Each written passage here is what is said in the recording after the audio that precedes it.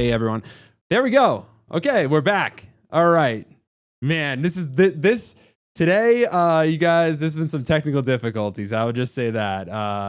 I got landscapers outside. I've been like in the room, like we've been in the green room talking to Rafaël and LoVid. They're sitting there and I'm saying, I hope the landscapers leave because they're literally right out my window and it's like really loud. And then, just putting this all together. Welcome, my guest today, who I'm going to bring in now and introduce. We have the dynamic duo LoVid. Both are sets of, both LoVid and Rafaël are actually from New York today. We got the New York crew here, and all bring decades of experience, in creating digital art, new media art, exhibiting that art around the world. I don't think of anybody better to have this conversation today than my guests. So welcome Rafaël Rozendaal and LoVid. Thanks. Thank you. I'd like to just jump in, if we could jump in and start the conversation around. I think painting in more traditional art, it's very easy to kind of start to think about how to display it, right? It's in the physical space already in a lot of ways. And you kind of, you hang it on the wall. Maybe it's frame choices. Maybe there are some other, you're curating different pieces.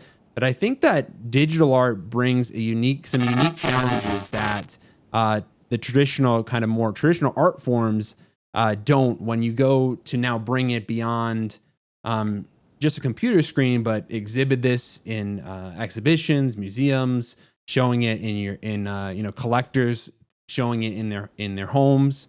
I'm curious if you both agree on this and your thoughts on kind of maybe what some of the unique challenges are and maybe how you've over your career started to kind of think about and maybe overcome these challenges. So maybe we could start with you, Rafaël, on this. Yeah, I think one of the things I always think about is that traditionally music was performed by musicians and without any recording, and then things are recorded, but still you had a band and the band performs. It makes sense to see a live band. But when you make electronic music in your bedroom and then you have to do a stage show and you have to invent something that's energizing to the audience more than someone just pressing buttons on a laptop. And I think digital art has that similar thing where it doesn't seem like a natural fit for the exhibition space because you can see it at home. But actually, there's a lot of possibilities that physical objects don't have, or traditional art objects, because you can take over a space. So when you think of VJing or public displays in urban spaces and big LED walls, and also you guys coming from a DIY background, I think I came from a background where it was just a lot about if you are going to see electronic music, then you'll also have projections, and then artists can take over those projections. So that's a little bit of my background of thinking of the digital as something that's not just at home, but it's something that can be a very social happening with sound and visuals and everything at the same time. That something that's you really have to experience in the moment. I was going to say, obviously with that moment and just the intro here and everything, got to give some love to the glitch. But I think that everything has pros and cons and, advantages and disadvantages. And that's something that we're really interested in general of finding those little flaws and exploiting them. And that holds for this question as well. I think before we were on air, there was the discussion about shipping NFTs being, much easier than shipping a painting. I think, there are other advantages / disadvantages components of this, things like the possibility of being resolution agnostic, for example, right? So that is something that allows you to display, as Rafaël mentioned, on a variety of surfaces or, aspect ratios, et cetera, which is definitely a positive. But with any opportunity, there are challenges, and then there's the challenge of how to have this be distinct from all of the other digital surfaces that are seen, and how to kind of designate this as an art object, for example. I guess I'm going to go back to the way you introduced this, Raven, in Yes. terms of like it's easy to hang paintings, and I strongly actually disagree with that. That's I think amazing. I love it when my guests disagree with me. It's just as hard to hang paintings. Paintings, there's a certain. It's not just. First of all, there's like a height issue. It depends on the gallery or in the home, on what else is in the gallery or in the space. How high is the piece going to be? What's going to be next to it? How far are things going to be between it? And the thing is, a painting is a set dimension. And a digital work, even though in like video or early computational work has like a set resolution, it, like Rafael was saying, can kind of take over a space. It can be small or big. We have that adaptability. Earlier this week, I went to PS1 MoMA in New York, and there's this piece, a Pipilotti wrist piece. It was a video artist of like late 90s, 2000, something like that. And there's a permanent installation video piece of hers in the floorboard when you walk into PS1. So it basically is like a tiny hole in the floor, and it's her video in it with the sound that you can hear. Tiny little video. It's a tiny little video. And I don't know exactly the story of how that came out, probably commissioned, but you have as a media artist, we have more choices of scale. Bigger is one way, enveloping and VJ and DJ culture is one way, but exploration, doing something that's more embedded in the architecture, is another way. Mondrian Studio, the painter, the abstract painter back in the 20s, 30s, he had his paintings hanging next to each other at certain distances and then pieces of colored paper in between. So the whole room was one composition. Mm-hmm. And this is, of course, before computers.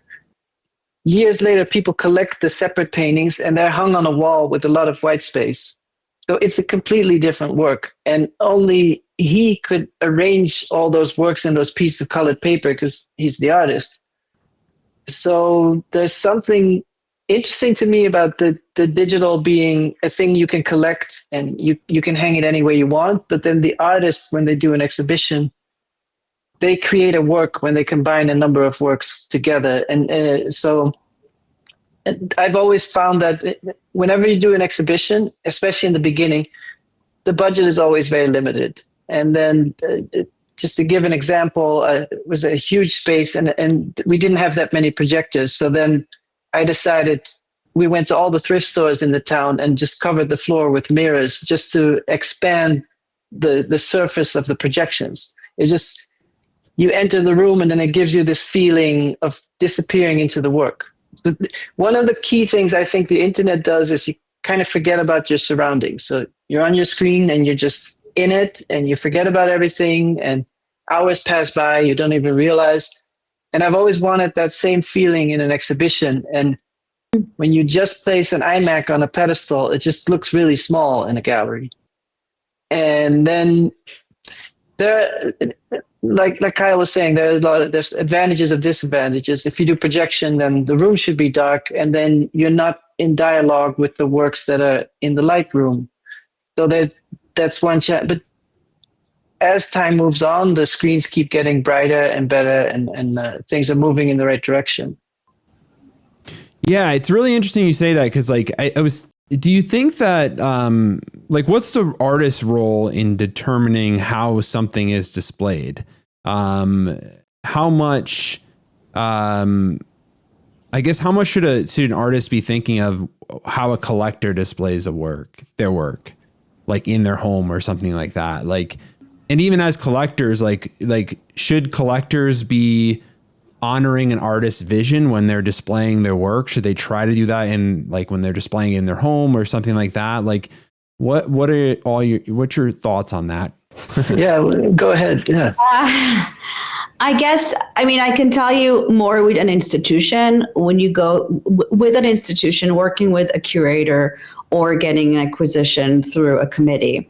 That is a long process where the artist's intent is documented. And that's really up to every artist. So you might say this work can only be exhibited on this kind of dimension screen in a dark room or in a light room, or you can say it's really up to, we don't have a preference. And of course, because it's using technology, you also are invited or encouraged to think long term. What if the technology that you're using now is no longer available? What's the artist's intent there? When it comes to so that's something that's like happens, when you work for an exhibition. We can give some funny examples of the past, the way we've dealt with it. But in terms of a private collector, as someone who, for us, living with art and selling art, I would sort of, I wouldn't enforce it personally. But if someone asks us, or some collectors really want to know how to display something, then it will be a conversation. But I kind of feel like if that's really up to them, at least the kind of work that we've. Yeah, I agree. Like in the domestic space, a lot of people are just flexible in how they experience digital work. And the best story, one of my very early collectors, he bought a website of mine, maybe 2007. He just emailed me, and it's those two kissing faces, and he travels a lot for work, and just every time he gets into a hotel room, he will put up an iPad with that work, and then he feels at home. He's like, okay, now this room is mine. And so I love that, and I love that it's open for the collector to do it the best way they want. When it's an institution, I feel like as long as the artist is alive, it's very important to ask the artist what's the best way to do this. I think the private collector is more an individual choice in their life situation, and I'm happy to help. I don't have all the answers. And then with an institution, I think a lot of it is just step by step, every exhibition, pushing it a little further, seeing like, oh, I tried doing it as a triptych. Maybe next time we'll do it. Like every time, every space has its own unique possibilities. So I think every time you see a space, there's like a certain, there are always constraints, but you always try to find something new. Mm-hmm. And I think like before digital art, a lot of video artists said like, oh, it has to be this way always. And I think the internet, at least for me, is more like, oh, the technology is growing and I want to grow with the technology. Yeah.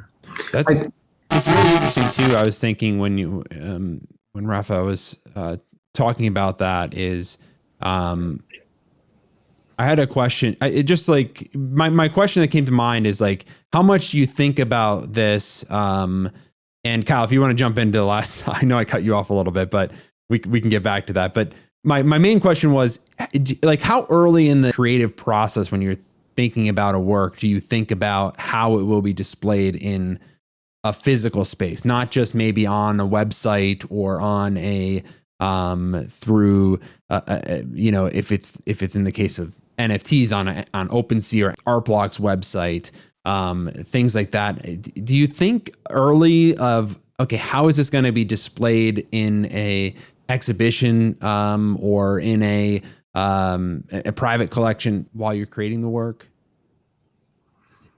I think some of that varies probably from work to work. And there are times where the exact display and the exact read of it that one hopes that an audience member will get is the key, one of the key drivers of making the work. And there are other times where you can have a work that's maybe highly conceptual or something. It's really more the idea, and even display is almost irrelevant to it. I think that varies by the piece. Similarly, for how the work is shown, I think that in general, I would like for a piece to be able to stand on its own and to convey whatever it's going to convey to an observer, independently of anything else in its own right. I think that, Rafael's point before, this is one of the key advantages and disadvantages that you can kind of have. If it's a digital work, it can display on any screen anywhere. And that's very convenient because you can go anywhere in the world and there's probably a screen in any hotel room you're in already, or you can bring your own screen if that makes you feel comfortable and you're tied to that screen, which I can definitely relate to. Or you could have it on your phone or whatever else, doesn't matter. In any format, you can always have it. But I think that, there are times where you do want it to be more specific. I can also imagine how the work interacts in a larger body of work. And I think that's maybe more relevant if you're kind of trying to convey a broader idea. So each work might have an individual thing that it's conveying, but then seen together, they present an even larger picture, for example. I think that's very important. And I think you can, in that context, the exact environment and the surroundings are really critical. I can imagine a painting where, an artist would say, I want this to only be shown on a white wall with nothing else around, nothing else on the wall. That's one thing. Or this reminds me of a kind of an installation that we saw, I guess, at one of the fairs recently, right? The Collector's Hoard, and it had a bunch of kind of outsider art, and it was all just jammed into this like crammed space. And it was, it was really impressive, kind of overwhelming, and some of that stuff can be difficult at times. And I really that would be a cool way to redo an NFT exhibition, actually, like basically kind of like a thrift store, like a outsider art, like secondhand store, with just full of stuff. That would be a cool way to more NFTs than you can fit in your wallet. Yeah, it's really interesting. Even when we talk about kind of the on-chain NFT space, it really makes this whole thing different because it's the NFT, which exists on chain, has this historical provenance, can be accessed and viewed on a lot of different websites, but actually how you display it, I think in a physical space, I think a lot of collectors, I think a lot of curators that are trying to display, they struggle to really bridge that gap. Yeah, I think you're touching on an interesting point where a collector doesn't want to influence the artwork. So let's say they own an NFT that should be printed. There's so many ways to print something. So they would like to hear from the artist. Should this be on matte paper or on shiny paper? Yeah. Should it be framed with a dark print? There's so many things that artists will do intuitively, but when you're not the author, all of a sudden you're like, am I doing justice to the intent of the work? And that's why institutions do these long interviews with artists. And if you're selling an NFT drop with 1,000 mints, you can't do an interview with every collector. There's a lot to, and this is something I guess there's a lot to the art when you start to think about displaying it and enjoying it in your home or in any physical space. That now there's a lot more to it than just the pixels, right? I think collectors sometimes feel like they don't want to take too many liberties, right, and not represent that piece that they own in the right like up to the I guess the bar of the artist, right? Like I think part of it is that I grew up going to museums with my parents, and that's how I saw art. I saw art in museums. I didn't come from a background where you grow up, a lot of art collectors. I just knew you can go to a museum and you pay $5, $10, $25, and you can see a lot of art. And so that's always when I make art, I think that's just how I grew up in a public space. Growing up further and then hearing from collectors how they display work and how they combine works, it's very interesting, but it wasn't something I thought about from the beginning. It was, I always made work that is adaptable to different aspect ratios because it came up from the internet, so that made sense, and then that makes sense in exhibitions too. Yeah, but it's interesting on that you say that too. Is like maybe in the way you're saying of growing up, maybe this desire to display things in a physical space or in a like a museum would display them. Is that are we really like looking backwards when we're doing that and not truly embracing the digital aspect of the work? Yeah, I was gonna. Do you want to say something, Bernie? Go ahead. I was just going to say that, I think that any artwork is some kind of a collaboration between the artist and the audience, and that, I think that NFTs, particularly generative work, give a particular opportunity for this collaboration to be a bit different, actually, and a bit more front and center of the creation of the work, at least, that I think provides interesting opportunities. There are a couple pieces that, I think are maybe relevant here. So Rafaël, your doors piece, I think, is kind of an interesting use case. And then we made a piece where people would bring a screen into nature and play the video on that screen and get, documentation of that. And that's sort of another use case that I think is interesting. Sorry, Tom. I guess I'm kind of when it comes to collecting, selling, when it comes what Rafaël was saying in terms of like making work for institutions, and a lot of our first decades of making work was from like grant funding, and for a particular exhibition, it wasn't working within a market.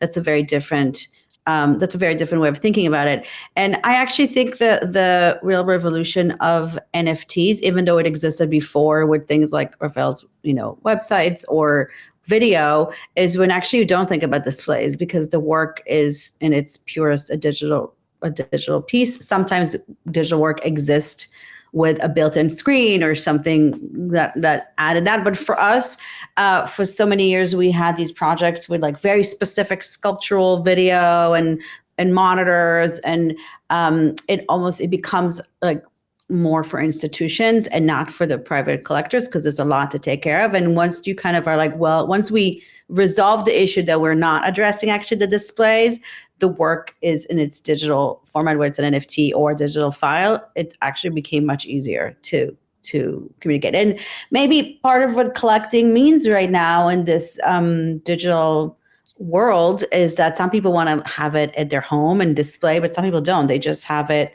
on their laptops, or they just know that they own something. And then if there's an exhibition, they can exhibit it then. That flexibility is the true superpower of this innovation. I think that's. And I think there's parallels with music, where some people are fine to listen on a small speaker, and some people will build their own listening room with, a several $100,000 stereo. And so there's a whole range of display quality or listening quality and the obsession of the owner. So I could see a digital collector creating a sort of holodeck room to show their collection. And there's like a room in their house that's just covered with LEDs. And that's the way they experience it. And other people are just like, I'll just pull it up on my laptop and I'm happy. And some collectors have screening rooms, where they rotate through things, and I think it's on their phone. That's actually when we first started doing NFTs. That was the exciting thing, that you could see it on someone. So you could meet someone and they have your work on their phone, and that felt just as significant as if they had it, framed in their home. There is an interesting thing with the phone, that it's so small that if you want to find the right pace of an animation for an exhibition, it feels way too slow on your phone. And if you make it right for the phone, it's way too fast on the big screen. So you have to make a choice there. Yeah. Yeah.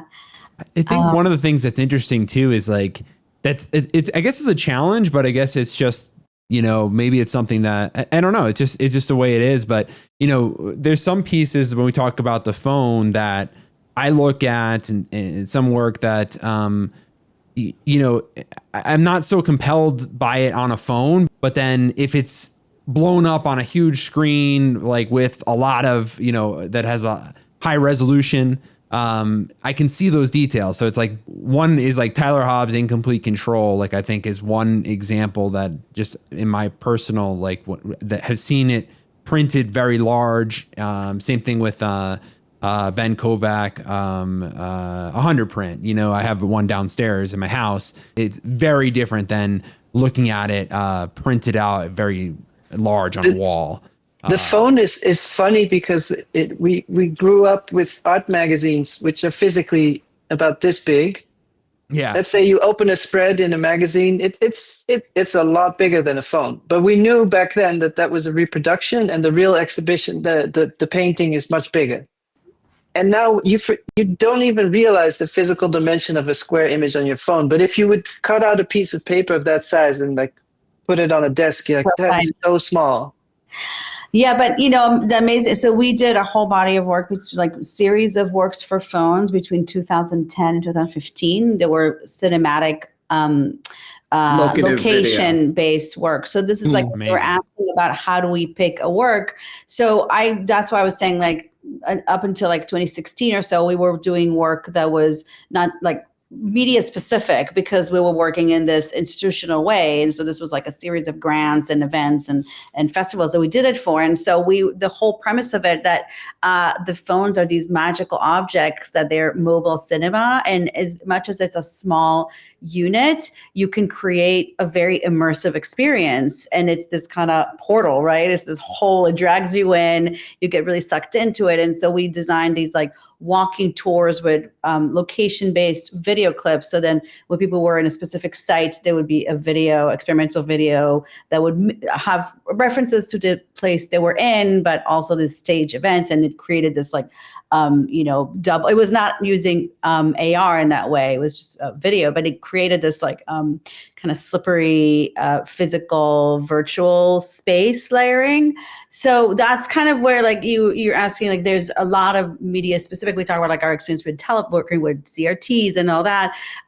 But that's kind of when you have almost like an institutional media critique way of using the technology, which is kind of different. I think the eye parades that's what they were called. Yeah. Those were the sort of going to one end of the extreme of dictating the sort of framing, the broader framing of the digital work, because it was explicitly tied to those locations and could only be seen in those places. Yeah. Actually, I want to say one more thing, because I thought back to something that Rafaël said, I thought was really interesting, because from him coming from this the internet, the web browser, and us I've like been working in video since the 90s, and actually we keep going back to music and class music. So when photographers and video artists, when you're working with a camera, or even when you're working with signal-based, you're always working within a predetermined frame. That is the nature of the material you're using. And I always find that like the coders, the web, the browser-based work, it's this idea of it's a spaceless, it can go any size, any scale. Yeah. And often you'd see, I always think it's really interesting. There's a lot of like forms floating in space in digital art, where like as a photographer, as a video artist, as a painter, you're always are constrained by the frame of the work.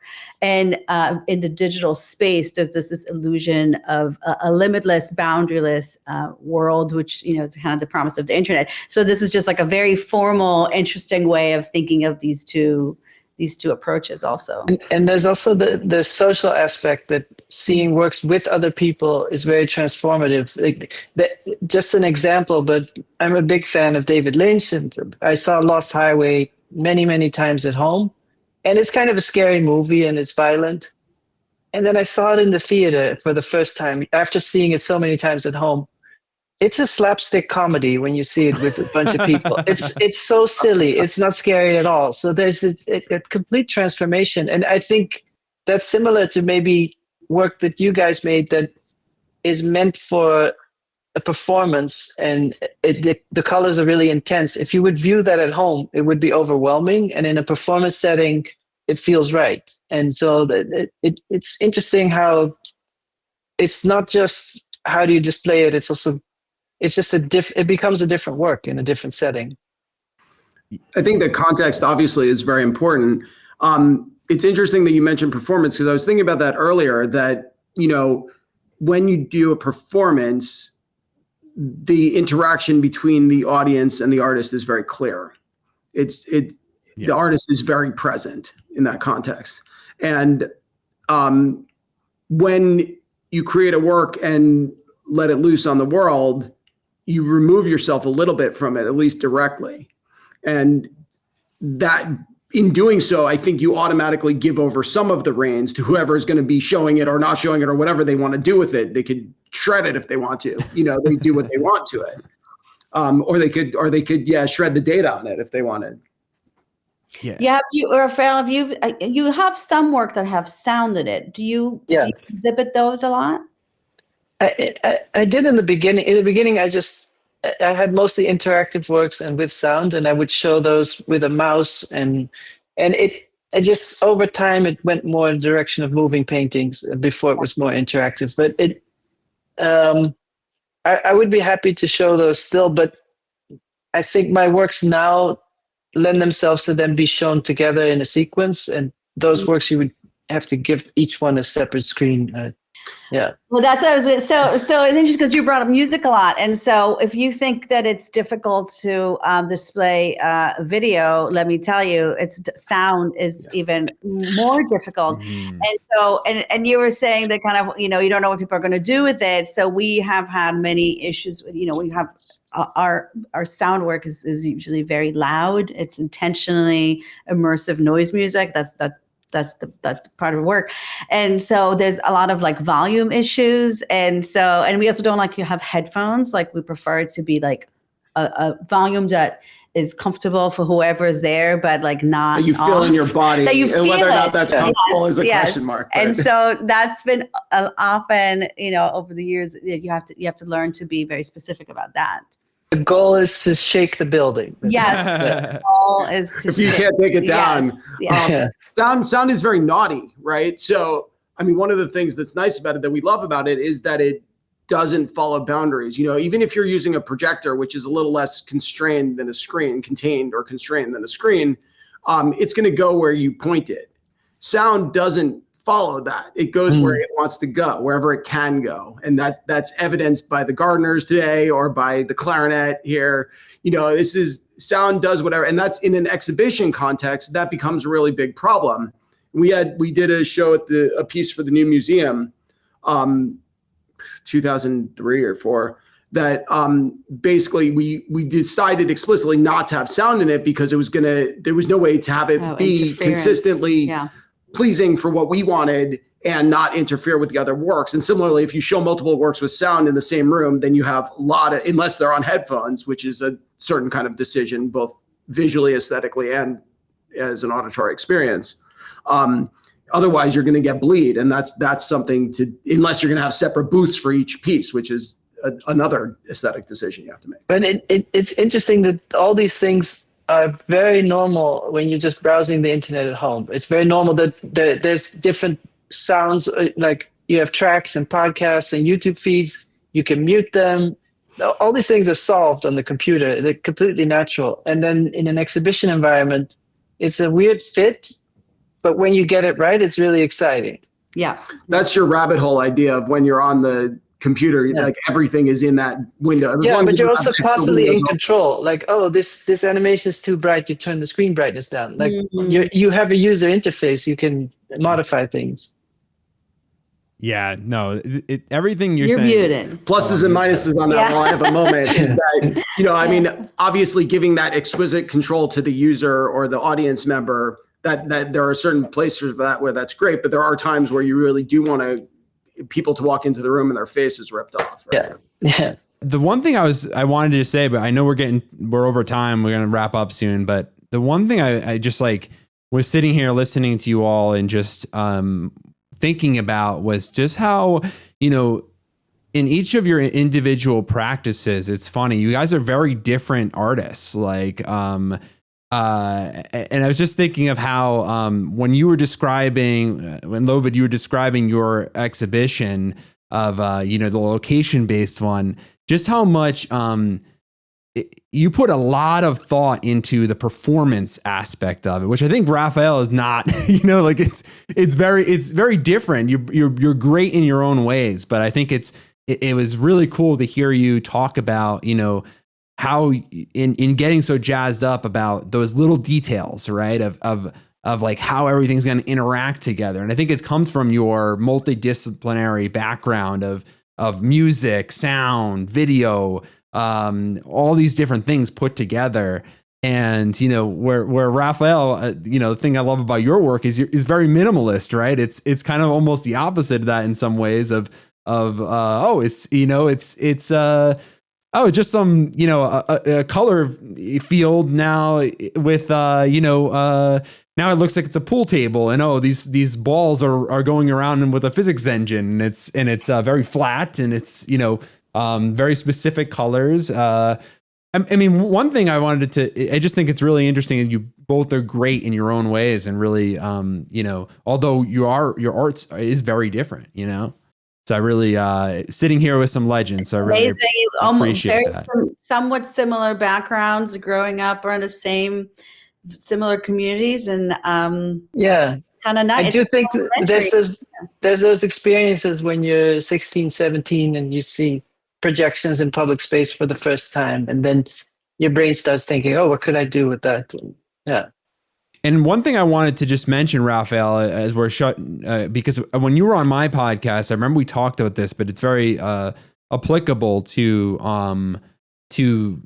you know, this discussion is, I think, one thing is that the way you choose colors is actually really interesting. Like you from the beginning have chose colors based on how they would look on a screen, right? Like that's what you were saying. Yeah, well, I intentionally choose certain colors.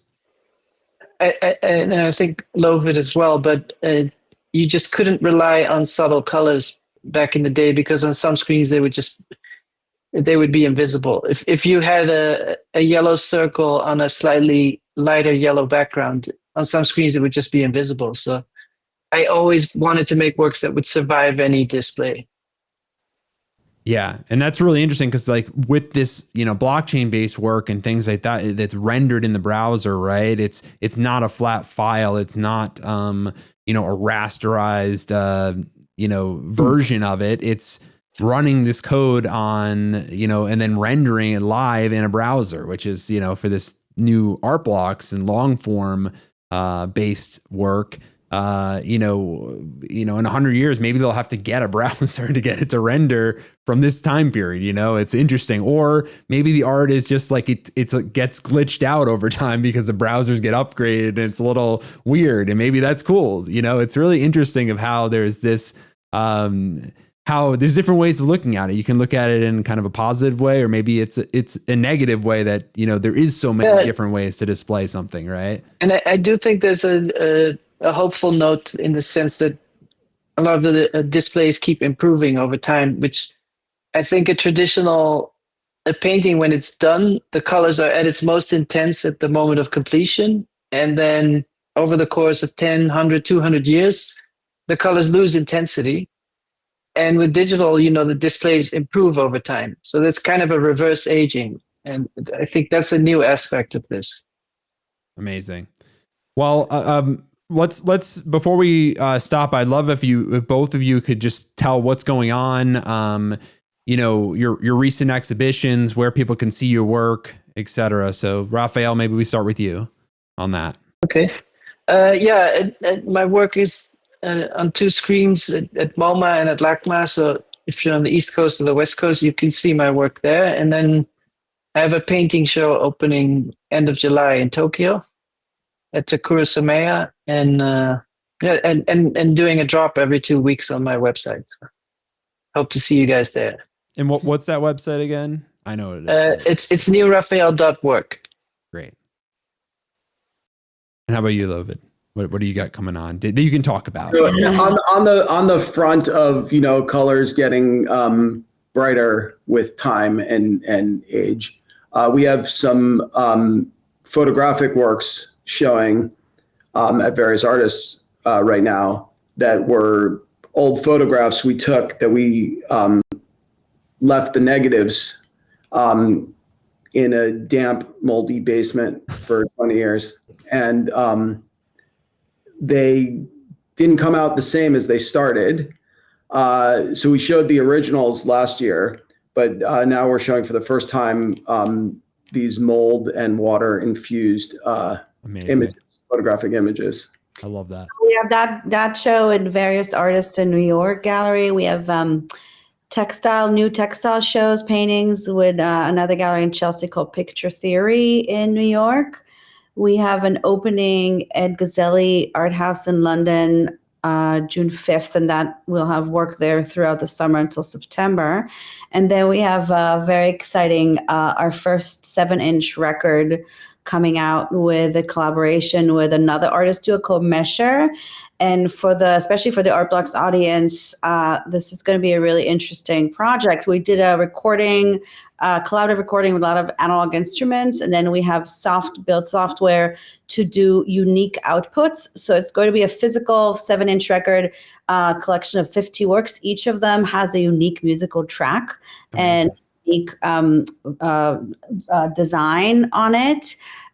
So that's coming out on the various artists' record label. June 10th is the launch, and there's only 50 of them. So we'll be like, and then we have the Toledo. No, it's in Toledo. Toledo, the Infinite and Nantes, which is Rafael's line. Sorry, yeah.